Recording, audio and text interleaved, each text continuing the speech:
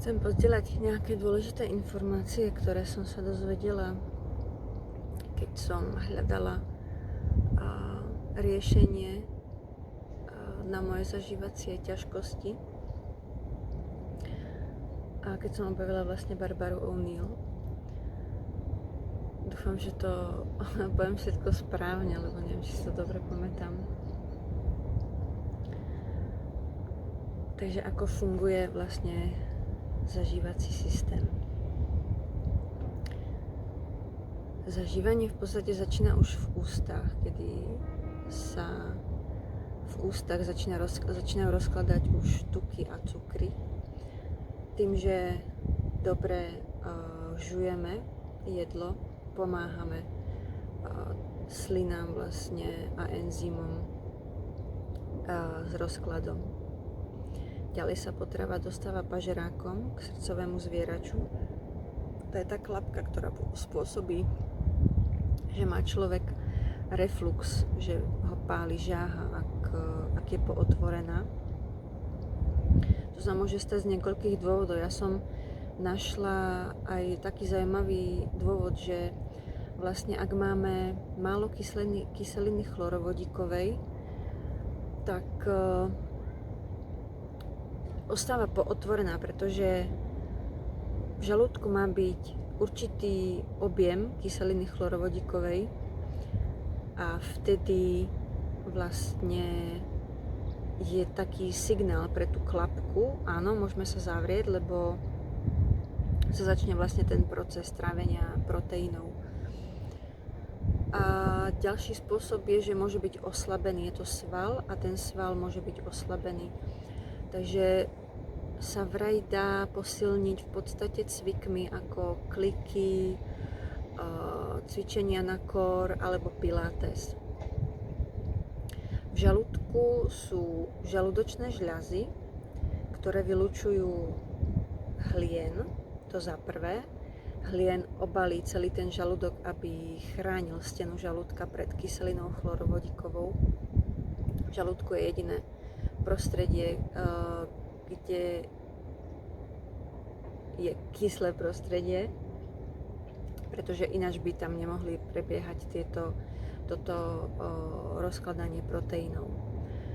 Pepsinogén je tiež vylučovaný žalúdočnými žľazami a ten spolu s HCl, kyselina chlorovodíková, vytvorí pepsín a ten začína rozkladať proteíny. Ešte som zabudla povedať, že keď sa jedlo dostane do žalúdka a sú to cukry, sú to škroby, vtedy sa proces rozkladania škrobov zastavuje. Keď myslím, že neviem, či tam je ešte niečo, myslím, že vylučujú intrinsic faktor, sa tomu hovorí, vnútorný faktor. Teraz si nie som istá, glykopen, alebo nejak tak sa volá ten enzym, ktorý je veľmi dôležitý pri vstrebávaní B12. Pričom B12 je samo o sebe asi najnepochopenejší vitamín aj z môjho pohľadu, pretože som si myslela, že to je vitamín a on to je vlastne vraj baktéria. A táto baktéria sa môže nachádzať na jablkách. Keď otrhnete jablko priamo zo stroma, tak sa môže nachádzať na šupke toho jablka. A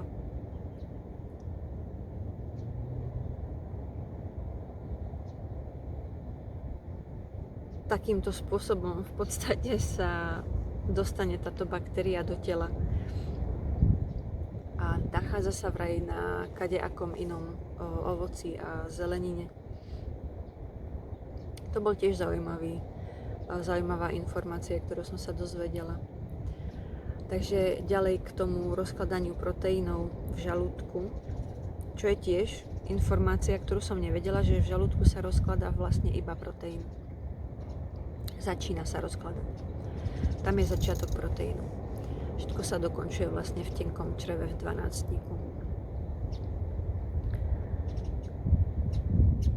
Takže keď máme dostatok kyseliny chlorovodíkovej, máme dostatok kyslého prostredia na to, aby sa vytvoril pepsín spolu kyselina chlorovodíková s pepsinogénom vytvorí pepsín a ten začne rozkladať proteíny.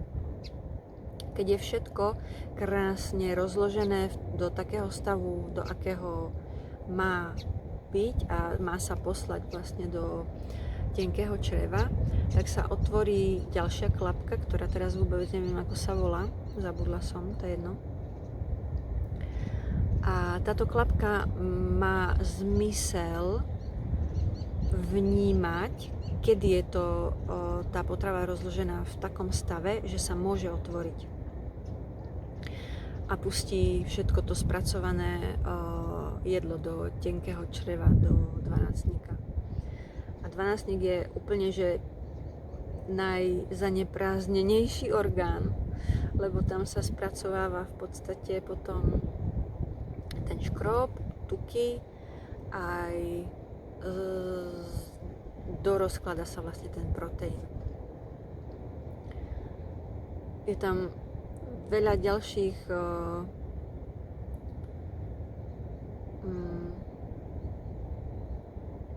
procesov, čo sa týka tej B12 a vlastne ako sa dostane žlč. Žlč je vlastne tiež enzym, ktorý rozkladá tuky.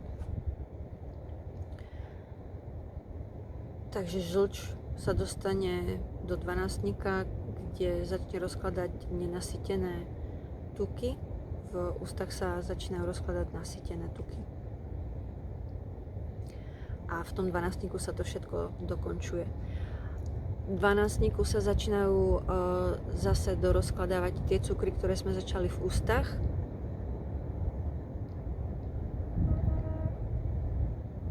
Ty kokos. A tiež je tam niečo s tou B12, teraz neviem, čo to tam presne bolo, ale to už je taká viac menej medicínska terminológia asi, ktorú si v podstate teraz už nepamätám, ale myslím, že sa ako keby spája B12 s A vitamínom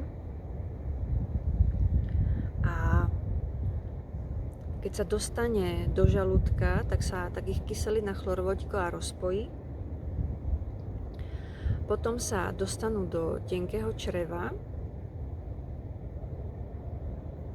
a tam sa spojí s... Teraz nechcem kecať, neviem, či sa nespojí už v žalúdku s tým vnútorným faktorom, glykopénom, myslím, že to je glykopén. A putujú do tenkého čreva. A z toho tenkého čreva sa dostáva do takého vnútorného obehu, ktorý prúdi medzi tenkým črevom a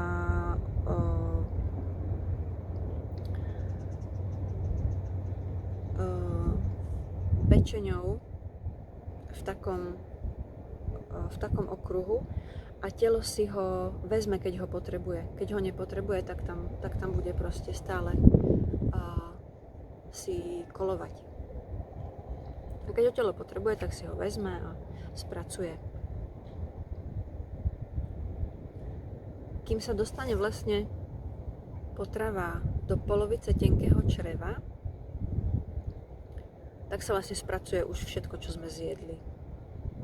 A ďalej sa dostáva už len vláknina, nespracovaná, ktorá potom ďalej je dôležitá pre hrubé črevo. Ale o hrubom čreve poviem snad na budúce, lebo toto som si musela pozrieť znova, túto prednášku, aby som bola schopná to nejako vysvetliť. Každopádne dôležité je, že žalúdok vlastne pracuje nejakých 3,5 až 4 hodiny a 1 hodinu potrebuje na odpočinok. Takže by sme mali jesť 5 až 6 hodín. Jedla by sme mali jesť s odstupom 5 až 6 hodín od seba. Nepiť vodu s jedlom ani žiadne iné nápoje. prestať piť vodu pol hodiny pred jedlom a napiť sa 1,5 hodiny po jedle až 2. Ja ďalej robím to, že nepoužívam obyčajnú soľ, používam buď himalajskú ružovú, čiernu ešte, alebo keltskú. Keltskú soľ používam na to, že keď pijem vodu, tak si stále dám semiačko alebo zrniečko keltskej soli na jazyk, nechám to rozpustiť a potom sa napijem vody. A prečo to takto robím? Lebo keltská soľ obsahuje 92 minerálov, ktoré potrebuje naše telo. A pokiaľ tieto minerály naše telo nemá, tak nie je schopné vstrebať vodu do buniek. Takto sme dehydrovaní. A ani o tom nevieme, lebo obyčajná soľ obsahuje snáď iba sodík neviem, čo to tam ešte, snáď len 2 v podstate a ten pridaný jód. A naše telo potrebuje minerály preto, aby naša bunka bola schopná vstrebať vodu.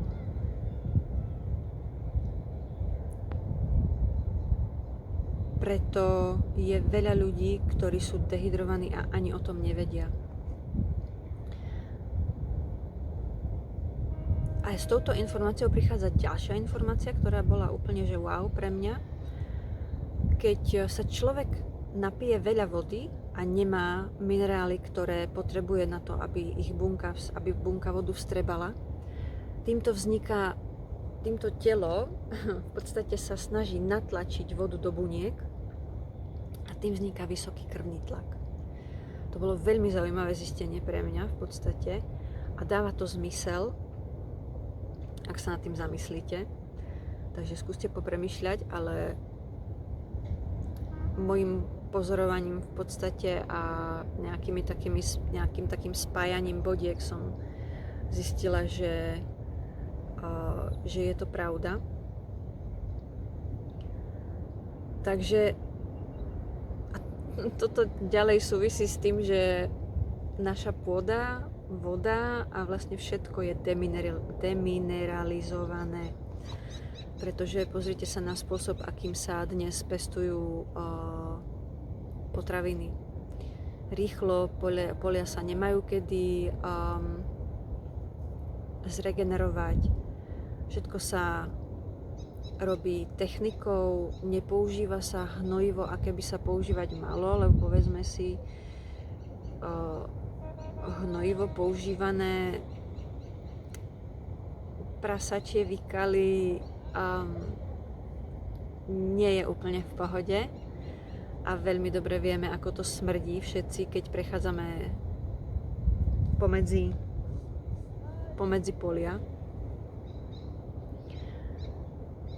Mali by sme používať buď koňské, kravské, samozrejme by to malo byť všetko zase, aby kravy nejedli žiadne antibiotika a neviem čo všetko, hej. Všetko je úzko spojené, naozaj, všetko je celý tento proces, celý svet, celá zem, všetci sme tak dohromady napojení a celý systém je taký, aký je. A neviem, či to bude lepšie, z môjho pohľadu to lepšie nebude, aj keď si veľa ľudí myslí, že sa toto všetko dá napraviť, tak moje pozorovanie je iné, ale o tom som nechcela. Chcela som hovoriť vlastne o žalúdku. Takže ja som aplikovala všetky tieto informácie, ktoré som sa dozvedela, takže jem iba raňajky, obed a večeru. Raňajku ako kráľ, obeduj ako kráľovna a večeraj ako chudák. Takže raňajky sú asi najväčšie, obed je trošičku menší. Raňajky a obed obsahujú proteíny, vlákninu a zdravé tuky. Pri mojom liečení jem viac menej výhradne iba strukoviny, občas nejaké to mäso, ozaj ale iba občas. A vláknina je vlastne každej zelenine. Pozor na ovocie. Ovocie môže byť trošku zavádzajúce, pretože síce je tam vláknina, ale je tam aj veľa cukru, ktoré môže byť nepriaznivé pre črevo. Ja si ovocie varím alebo na sucho osmažím, lebo takto sa zmení vlastne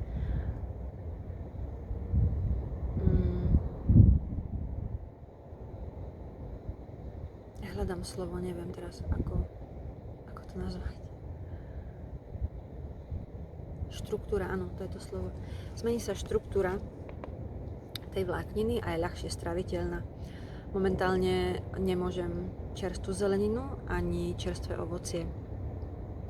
Takže som to vyriešila takýmto spôsobom, aby som mohla spracovať ako tak aspoň nejakú vlákninu a pomohlo to vlastne črevu ďalej vylučovať. Ďalšia vec je večera. Večer už nejem proteíny, pretože žalúdok rád spí a aby sme sa dobre vyspali a aby bol zažívací systém akčný, aktívny a zdravý, tak proteíny proste na večer by sme jesť nemali. Malo by to byť zeleninová polievka, nejaké jablko alebo iba čaj. A takýmto spôsobom som sa začala uzdravovať. Ďalej tam sú rôzne byliny. Áno, čaj, to je dôležité. Pred každým jedlom pijem bylinkový čaj. A všetko sú to korene. Je to koreň pampelišky, pupavy, je to koreň sladkého drievka, koreň horca a koreň echinacei. Všetko je to v 1,1,1 a koreň echinacei je polovica diela. Toto všetko zmiešať a jednu lyžičku tohto čaju varím spolu s troškou zázvoru asi 10-20 minút. Je to horký čaj, ktorý si teplý dávam pred jedlom a ten naštartuje všetky enzymy a tiež pomáha obnovovať kyselinu chlorovodíkovú v žalúdku. Kyselinu chlorovodíkovú v žalúdku pomáha obnovovať aj kajenský pepř, alebo ak si dáte šťavu z citróna tesne pred tým, než budete jesť. Kajenský popor stačí štvrtina lyžičky do malého množstva vody vypiť. Nebojte sa toho, kajenský popor je úplne super, môže to na začiatku tak trochu ako keby ani nepáliť, ale slovo v angličtine je na to tingle, je to také, neviem v slovenčine ani v češtine momentálne na to výraz. A pomáha to naštartovať tiež tú kyselinu chlorovodíkovú. Pozor, ak máte problém so žlčníkom alebo s pankreasom ako ja, tak ten kajenský popor bude dráždivý. Ja som to skúšala a nerobilo mi to dobre. Takže vyskúšate ostatné spôsoby podpory kyseliny chlorovodíkovej. Ďalej, na čo je dobrý kajenský popor, sú vredy. Kajenský popor totiž lieči vredy. Takže ak má niekto vredy 3-krát denne, človek sa môže dostať až na 1 lyžičku časom postupne, lebo telo si zvykne na ten kajenský pepř v podstate. Čo ešte by som mohla povedať? Čo ešte ako? A to je asi všetko. Ja napríklad si k tej večeri robím zeleninu udusenú alebo polievku rozmixovanú. Mám veľmi rada rozmixované polievky, takže väčšinou si robím také krémiky a tie sú úplne super. Nejaké recepty mám pozdieľané, nejaké mám napísané, nejaké ešte pozdieľam. Sú to úplne obyčajné recepty, lebo si nemôžem dovoliť momentálne veľmi experimentovať ani s korením, pretože mi to dráždi pankreas. Takže dám taký príklad, ja si len uvarím napríklad červenú šošovicu, uvarím s veľkým množstvom bobkového listu, kmínu, rasce, nejaké bylinky tam pridám ešte, napríklad oregano, mám rada bazálku. Toto všetko uvarím do mäkka, pridám na konci soľ, keď to je zmeknuté, a olivový olej. Nechám to chvíľku povariť a to je všetko. Môžete tam dať napríklad kokosové mlieko, kokosový olej je tiež dobrý. Akurát mne to kokosové mlieko, je tam príliš veľa tuku a ja nemôžem ešte toľko tuku. Nestíha mi to spracovávať v podstate a potom cítim, že no proste ma to boli. Udusím si zeleninu. Napríklad tuto v Mexiku som objavila čajot, čo je úplne skvelé, dúfam. Tento myslím je aj v Čechách, takže to budem ďalej kupovať a pokračovať s týmto. A ďalej tu chikama, a to v Čechách asi nie je a to veľmi ľutujem, lebo je to úplne super, je to taká zelenina. Ani neviem, k čomu to prirovnať, nejde to k ničomu prirovnať, je to biela taká bulva. A keď sa to nakrája a uvarí sa to, tak je to stále chrumkavé, čo je úplne super. A ďalej napríklad mrkva alebo repa. Toto všetko si udusím, posolím a to je všetko. Ak ktokoľvek môže, tak môže použiť akékoľvek korenie, ktorému nevadí. Mne zatiaľ korenie vadí, takže ja si jedla varím úplne jednoduchým spôsobom. A nová vec, ktorú som začala robiť, je, že si ovocie osmažím na sucho na panvičke, nechám trošku pustiť šťavu, tak aby sa štruktúra vlastne tej vlákniny rozbila a bola ľahšie stráviteľná pre mňa. A toto si dávam k jedlu. A potom si robím rôzne také dezertiky bez cukru, iba so steviou, aby boli ľahko straviteľné. Tiež sú to väčšinou z fazule a napríklad z cizrny pomiešané. Väčšinou používam karob, pretože aj kakao a čokoláda, tak ako káva, to som zabudla spomenúť vlastne pri liečení, je veľmi dôležité vynechať kávu, alkohol, cukor, všetky druhy obilnín, čo je chlieb, cestoviny, akékoľvek pečivo, akékoľvek cestoviny, akékoľvek celozrné pečivo.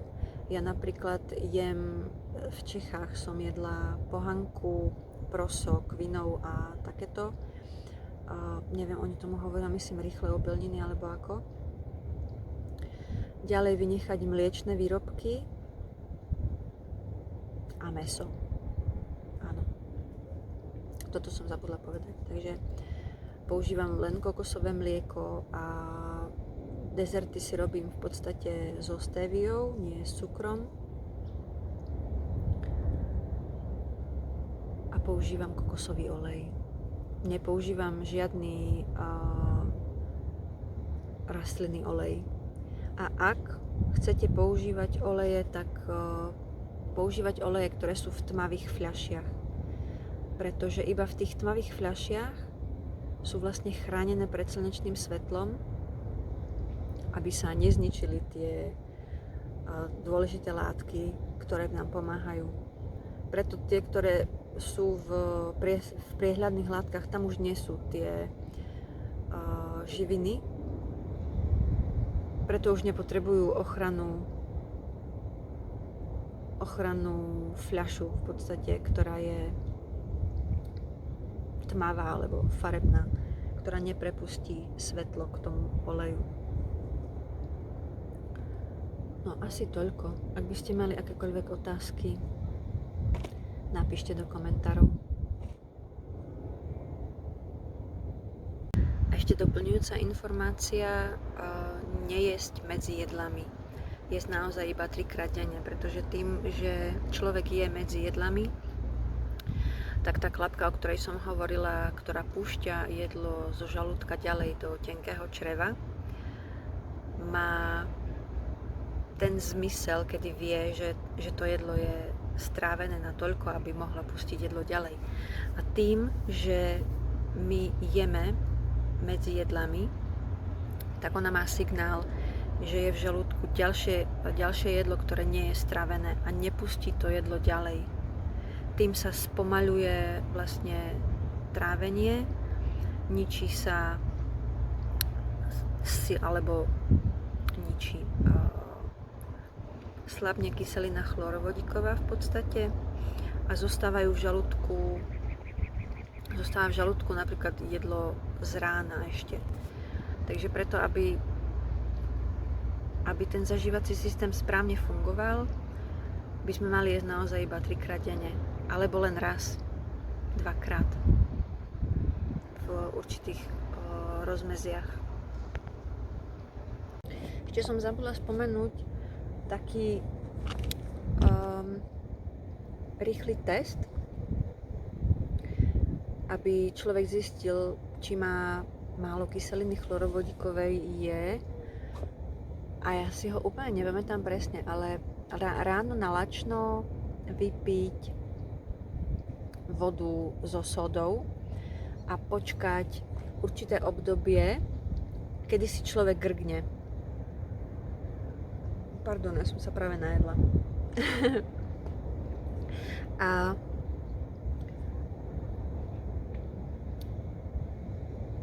to rozmedzie je, neviem koľko, do minúty vlastne, potom od minúty do neviem koľko. A to určuje, aká silná je tá kyselina, ale ja už si nepamätám, ako to je s tou, keď je tej kyseliny málo. Ale skúsim nájsť to video a dám ho do popisku nižšie.